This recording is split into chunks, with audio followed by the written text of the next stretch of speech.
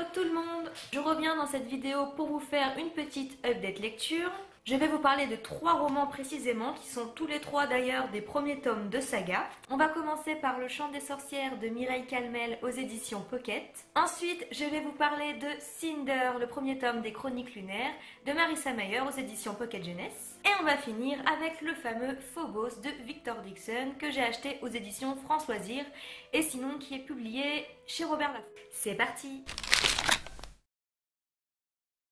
On commence donc avec Le Chant des sorcières de Mireille Calmel. Le personnage principal, c'est la jeune Algonde, qui est servante au château de Sassenage ou Sassenag, je ne sais pas comment ça se dit, pardon. C'est la fille de l'intendante du château, donc un peu la domestique en chef, on va dire, qui s'occupe un peu de tout. Elle est donc au service d'un seigneur qu'on appelle le baron Jacques et de sa femme, Dame Sidonie. Il se trouve notamment qu'Algonde se fait persécuter par la chambrière de cette dernière qui s'appelle Martre. Apparemment c'est une femme plutôt méchante, mauvaise, un peu avec tout le monde, mais particulièrement avec Algonde. Pourtant tout le monde a beau s'en plaindre, Dame Sidonie pour des raisons personnelles veut la garder auprès d'elle et on ne sait pas exactement pourquoi. Concernant Algonde, elle a également confié à sa mère et à Mathieu, qui est son amant plus ou moins, en tout cas ils sont amoureux tous les deux, qu'elle a été sauvée de la noyade par la fée Mélusine. Et pour finir, j'ajouterais qu'il y a un mystère également qui tourne autour d'une pièce du château qui est toujours fermée à clé, et on a d'autres petits éléments mystérieux qui viennent s'incorporer petit à petit à l'histoire, tous liés à Algonde et à l'intrigue principale. Je crois que c'était la première fois que je lisais un livre de fantasy plutôt adulte, axé adulte. Je dirais que mon appréciation a été plutôt graduelle, c'est-à-dire qu'au début quand j'ai commencé le roman, j'ai vraiment adoré, j'étais à fond dedans. Je voulais absolument savoir tout ce qui se tramait autour d'Algonde et puis autour de d'autres personnages. En plus, je dois dire que j'aime particulièrement Algonde. C'est une héroïne plutôt fougueuse et avec un certain panache, je dirais. Du coup, j'adorais au début et puis je dois dire que plus je lisais et moins ça m'intéressait. Du moins, j'étais toujours dedans, j'aimais toujours, mais en fait, il y a des chapitres qui m'ont vraiment ennuyée. J'ai adoré absolument tous les chapitres qui concernent Algonde, Dame Sidonie, enfin tous les personnages féminins. Pour les masculins, oui, le baron Jacques aussi, j'ai beaucoup aimé. Mais après, il y a toute une histoire autour de Philibert de Montoison, enfin un des gars qui a dragué Philippine, la fille du baron. Parce que oui, aussi, il y a une intrigue un peu politique avec ce côté-là. Il y a des histoires d'alliance de royaume ou du pays, je ne sais plus. Pour vous dire à quel point ça m'a pas intéressé, franchement, je me rappelle même plus de ce qui se passe. D'habitude, j'aime plutôt ce genre-là, mais dans ce roman-là, je sais pas, ça n'a pas pris en tout cas.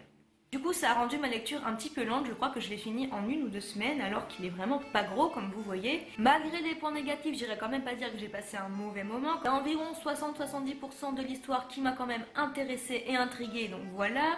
Par contre, si vous voulez lire une autre série de cet auteur, faites attention, parce que je crois qu'elle a 1 ou 2 autres séries qui sont liées à celle-ci avec les personnages qu'on voit dedans, notamment Algonde, Mélusine et quelques autres personnages.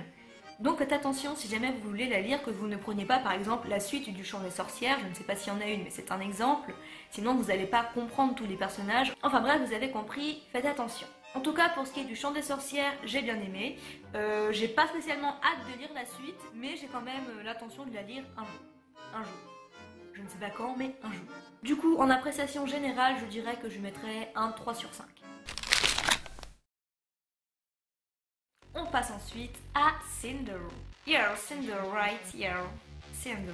Donc Cinder, on est dans le futur, on est dans un univers où tout est quasiment gouverné, dirigé par les ordinateurs. Les robots androïdes sont très présents dans la vie des êtres humains, ils sont là pour les assister, pour leur réciter les actualités, pour les tenir au courant de tout, même pour communiquer entre eux. Ils sont en quelque sorte les nouveaux animaux domestiques et aussi les nouveaux ménagers, on va dire. On est vraiment dans un futur très connecté et on a aussi fait quelques progrès dans la médecine, la conquête spatiale, etc. un petit peu partout en fait. Mais évidemment, on n'est pas dans une utopie, la société souffre toujours de certains maux, oui. Par exemple, pour Cinder, en fait, c'est une jeune fille cyborg, c'est-à-dire qu'elle a été modifiée, qu'on a incorporé dans son corps des éléments mécaniques, technologiques, parce que quand elle était jeune, elle a été victime d'un terrible accident, et que du coup, on a dû l'amputer de quelques membres, et puis on a dû lui enlever des organes, etc.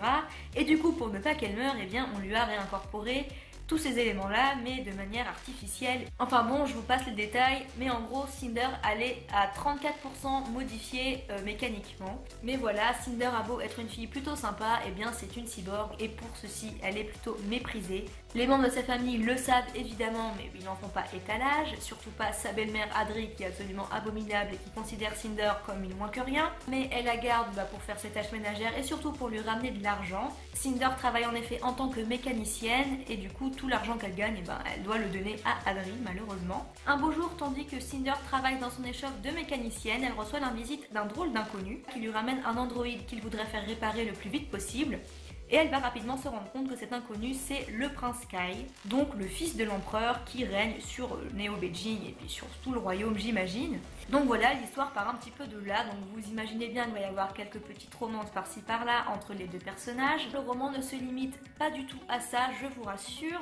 À côté, on a une intrigue autour de la létumose, qui est une maladie qui sévit le royaume, enfin toute la planète Terre en fait, et dont on n'a malheureusement pas encore trouvé le remède, même si des recherches sont en cours. Du coup, Cinder va être aussi mêlée à cette intrigue. Donc on a ça, plus l'histoire avec le prince Kai, et aussi on a surtout une intrigue politique très intéressante. Il se passe même tellement de choses que j'ai l'impression que ça fait 10 minutes que je vous explique tout ce qui se passe dans ce roman. Concernant mon avis, j'ai absolument adoré. J'ai vraiment été à fond dedans du début à la fin. La lecture est fluide et hyper addictive. J'ai adoré Cinder comme héroïne. En fait, j'ai vraiment aimé tous les personnages, même Adri qui est absolument détestable. Bon, elle, je ne l'aime pas du tout. Mais on arrive à nous montrer quand même qu'elle a beau être abominable, elle a un côté humain malgré tout. Levana, c'est une méchante absolument terrible. Elle est glaçante, elle est terrifiante, mais c'est le genre de méchante, vous savez, un peu comme Maléfique, qui est aussi très fascinante et que en tant que méchant évidemment on l'adore parce que pour le coup elle remplit vraiment bien son rôle. On n'a pas le temps de s'ennuyer je pense en lisant ce roman, et aussi j'ai aimé tous les aspects pour une fois, parce que d'habitude dans des romans jeunesse souvent il y a des aspects que j'adore et puis d'autres que j'aime pas du tout, c'est souvent 50-50, mais là j'ai vraiment tout adoré, que ce soit le côté politique que j'ai trouvé absolument génial, bien expliqué, compliqué mais sans être compliqué à comprendre. Les personnages sont vraiment rendus réalistes pour moi. D'ailleurs tout l'univers de l'auteur j'ai trouvé vraiment cohérent. Elle apporte des petites touches par-ci par-là qui font qu'on croit vraiment à l'univers qu'elle nous instaure. Ça peut être des petits comme des gros détails et c'est vraiment génial. Et même la romance entre Kai et Cinder, franchement c'est trop top. J'ai adoré, je peux pas vous dire mais c'est un truc de fou. Voilà, franchement ne vous attendez pas du tout à voir une réécriture de Cendrillon à la ligne près parce que c'est absolument pas du tout le cas. Et si vous pensez qu'à la fin du tome ils se tombent dans les bras l'un de l'autre, alors là vous y êtes pas du tout, mais genre pas du tout. Mais en fait c'est ce qui fait que j'ai adoré ce roman, ça m'a fait passer par plusieurs émotions.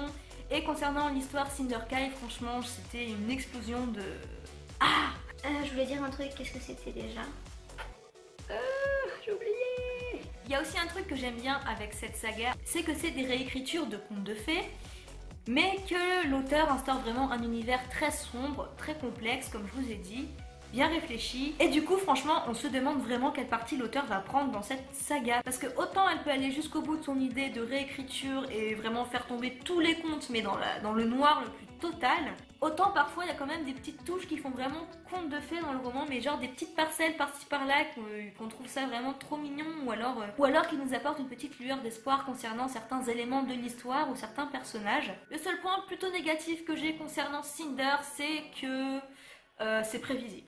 Vraiment, c'est très prévisible au niveau de certains éléments de l'histoire. Pas tout, je vous rassure, il y a quand même pas mal de surprises dans le roman, mais des petites surprises. Mais concernant genre la grosse révélation qu'on apprend à la dernière page du roman, franchement, mais j'avais vu ça venir, mais... Pouh, là-bas comme ça, j'avais vu là-bas, salut. En fait c'est le gros fil conducteur qui est plutôt prévisible, mais il y a plein de petits éléments autour qui viennent quand même nous apporter un petit peu de surprise, un petit peu d'effet de panique et tout ça on va dire. Mais le fait d'avoir deviné la grosse révélation du roman, ça m'a pas du tout empêché de l'apprécier. Tant l'univers de l'auteur m'a enchanté, m'a plu, tant les personnages m'ont ému. D'ailleurs je ne l'ai pas dit mais ce roman il m'a fait passer par des émotions mais que j'avais pas ressenties depuis un moment. 2 fois j'ai dû m'arrêter de lire parce que j'avais envie de péter un câble quoi. Et puis à la fin, vous savez, j'ai pris des notes pendant que je lisais, et à un moment j'avais marqué dans mes notes état de mort cérébrale. Tellement j'en pouvais plus, c'était genre, j'étais au bout de ma vie.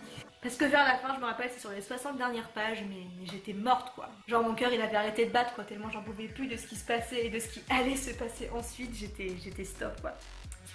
Donc voilà, Cinder je lui mettrais, allez on va dire un 4 sur 5 en appréciation générale, et je lui accorde le coup de cœur.